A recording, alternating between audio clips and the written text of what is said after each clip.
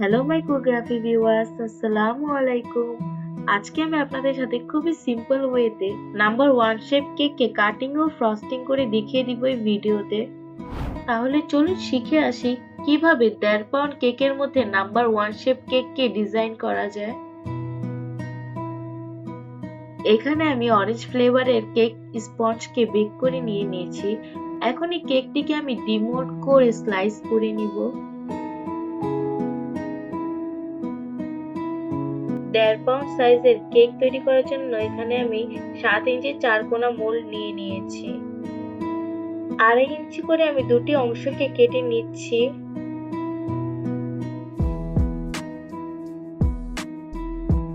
বেঁচে থাকা লাস্টের অংশকে মাঝ বরাবর নাইফ বসিয়ে হালকা কার্ভ করে কেটে নিব।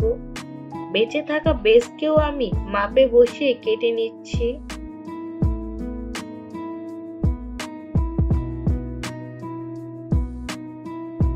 এখানে আমি 12 ইঞ্চি সাদা বোর্ড ইউজ করছি। এখন আমি মাপ অনুযায়ী নিচে ক্রিম বসিয়ে দিব বোর্ডের। 4টে অংশকে এখন আমি একসাথে অ্যাসেম্বল করে 1 শেপ কেককে তৈরি করে নিচ্ছি। এখন আমি প্রথম লেয়ারের মধ্যে অরেঞ্জ সিরাপকে ব্রাশ করে নিব।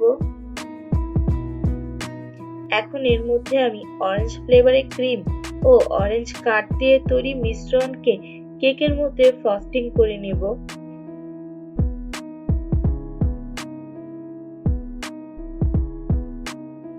এভাবে করে আমি প্রতিটি কেকের লেয়ারকে অ্যাসেম্বল করে নিচ্ছি।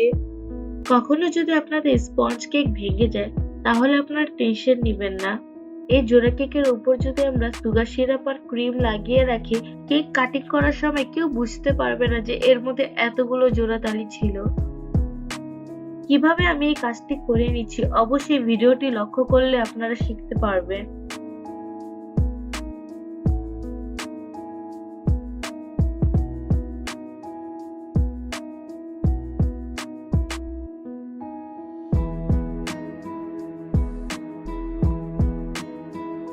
এখন কেকটিকে আমি ভালো করে বসিয়ে এর মধ্যে আমি সুগার সিরাপ ও ক্রিম অ্যাপ্লাই করে নিচ্ছি। এখন কেকের মধ্যে আমি লাস্টের লেয়ারটি বসিয়ে নিব। কিভাবে করে আমি কেকের প্রতিটি অংশকে কেকের উপর বসাচ্ছি অবশ্যই লক্ষ্য করে দেখবেন। শেষের পার্টটিকে বসিয়ে ক্রাম কোট করে নিব ভালো করে। এই সময় ক্রিমের মধ্যে থাকা যত ফাঁকা জায়গাগুলো আছে সেগুলোকে ক্রিম দিয়ে ভালো করে ফিল করে ক্রাম কোটিং করে নিব।